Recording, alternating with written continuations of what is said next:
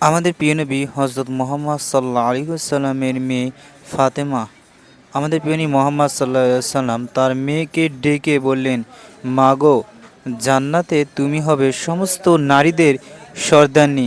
এই কথা শুনে ফাতেমা রাদিয়াল্লাহু আনহু চোখ আনন্দ ছলছল করে উঠল।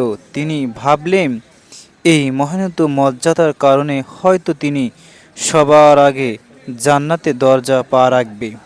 কিন্তু নবী করিম সাল্লাল্লাহু আলাইহি সাল্লাম তাকে আল্লাহর দরবারে আনুগত্য ও পরোপকার ও স্বামীর প্রতি আনুগত্য এক সাধারণত নারীর চরম নিষ্ঠুর কথা স্মরণ করিয়ে দিয়েছে।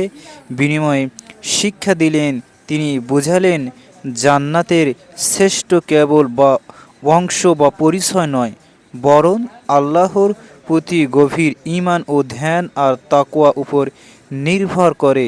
হযরত ফাতেমা রাদিয়াল্লাহু আনহু সদস্য মাথা নত করে এবং অনুধাবন করলেন যে জান্নাতে এ প্রকৃত মর্যাদা লুকিয়ে আছে নিঃস্বার্থ আমল ও সততার ভিতরে।